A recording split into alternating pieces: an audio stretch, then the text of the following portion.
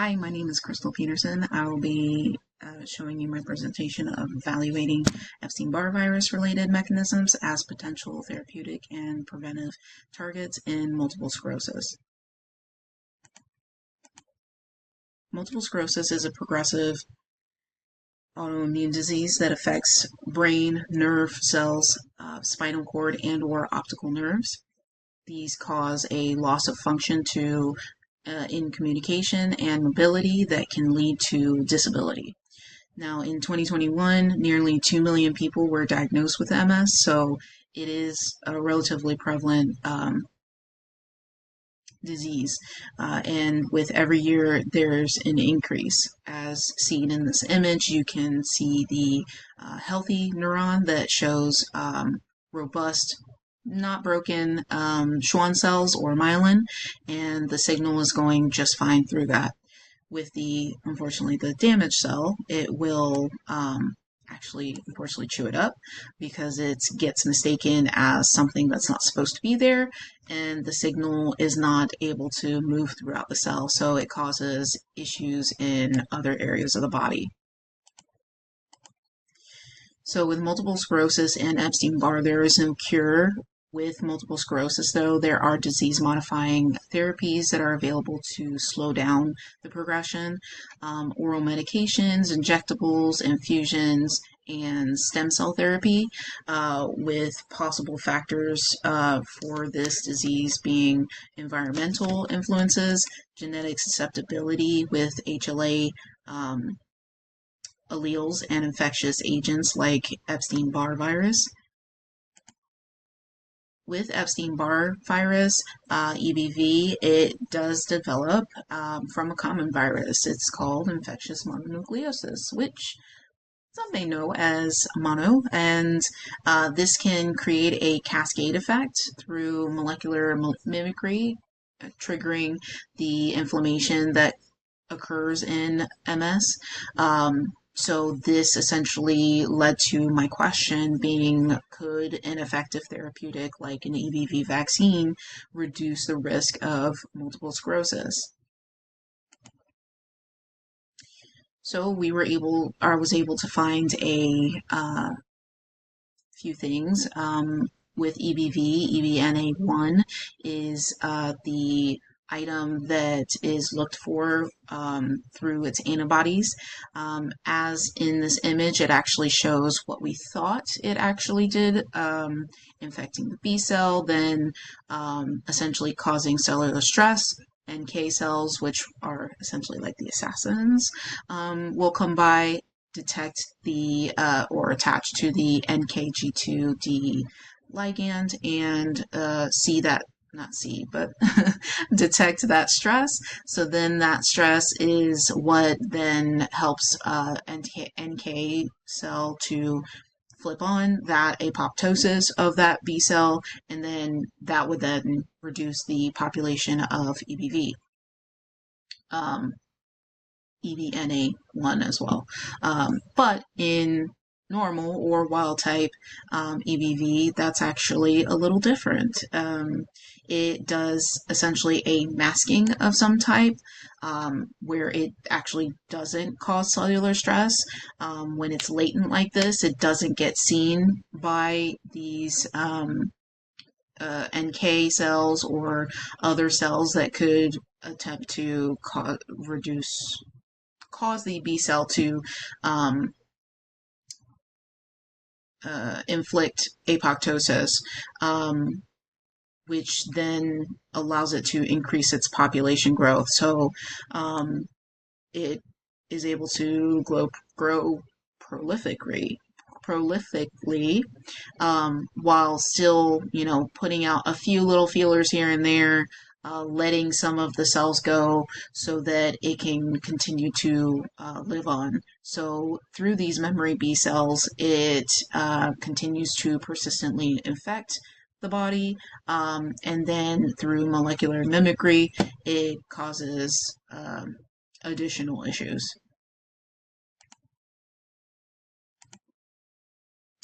Now, through EBNA and HLA, there are a few little things that are of note, with a U.S. military study in over 650 individuals.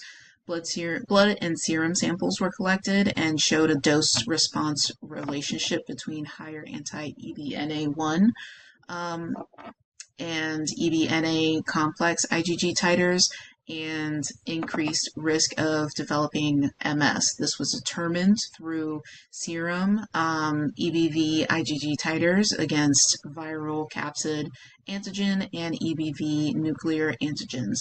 So this leads to the fourfold rise in anti-EBNA titers, which ends up being the 2.4 to 2.9 times greater MS risk. So through the Munger study. Now with genetic susceptibility, it was looked at by Hedstrom to see how these HLA alleles possibly modified, or if they were modified by EBV at all, which they did find that HLA-DRB1 1501 allele independently increases MS risk, but when combined and evaluated anti-EBNA antibodies or history of infectious mononucleosis, there was an ample risk, about a 16-fold risk in certain groups. There was also identified an absence of HLA A0201, which may impair EBV immune control, further increasing the risk of susceptibility and causing autoreactivity of those cells. So between these two, stronger anti-EBV immune responses are associated with greater disease severity. Now, in this, seropositivity was also a factor, or rather something that's looked into. And between these, age and gender, there were some things that were found. Seropositivity increased with age.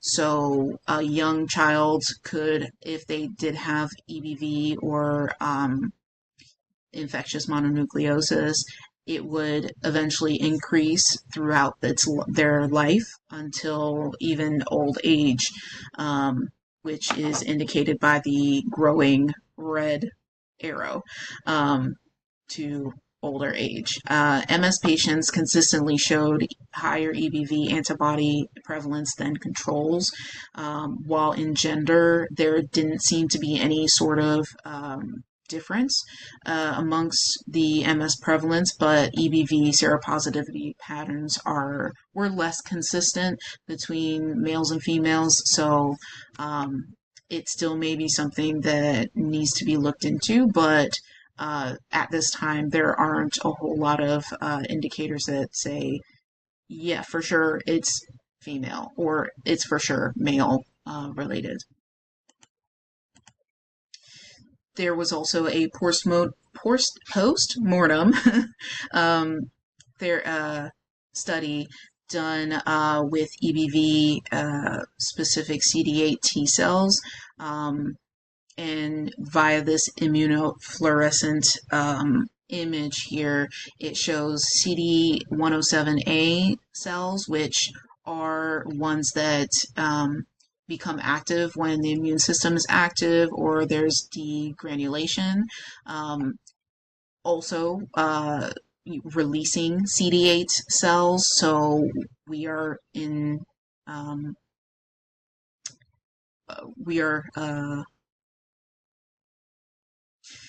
we're looking towards CD8 as an indicator of the cytotoxicity of the MS brain tissue, which then will cause inflammation. So it is prevalent throughout the brain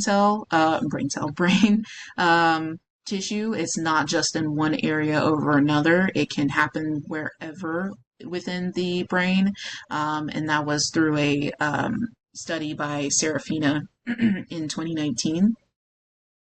There have been some therapeutic options that have come up to attempt to put EBV at bay, that did show some clinical, benefit. Um, when patients were infused with the new stem cells, there did show uh, a detection of cells that were not supposed to be there, EBV specific. So there was a decrease, but the reinfection did still occur, and so the infection was still coming back. So with these two things, it can possibly support more exploration of EBV targeted therapies and preventive strategies. Now, an EBV vaccination would be best with targeting EBNA1. Why not? Because that's where it's causing the reinfection of EBV, or I'm sorry, of B cells, and is able to evade the immune system detection. So a vaccine could help with this. And then also with EBNA1, it that also promotes long-term survival and persistence of these infected cells. So if a vaccine was present, there could be beneficial there could be benefits to that.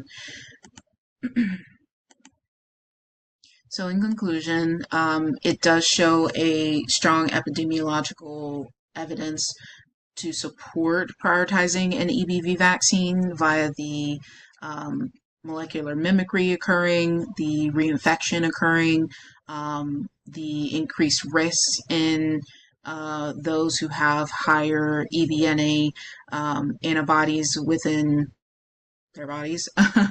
Vaccines can be a bit much more cost effective, and that's usually something science is always wanting to look for, or the people who want to see progress.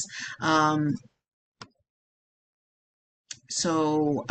comparison to high intensity MS treatments like infusion therapy, it can be more widespread and global. So a risk stratification and further research could refine prevention strategies.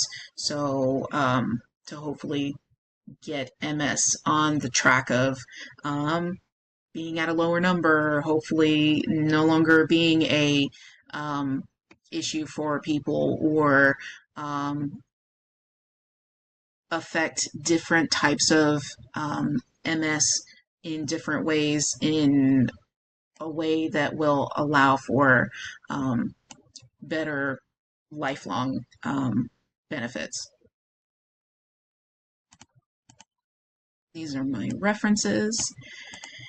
And then I just wanted to thank Jennifer Lindeman for her assistance with this this presentation, as well as the paper. So thank you for your time, and that's it.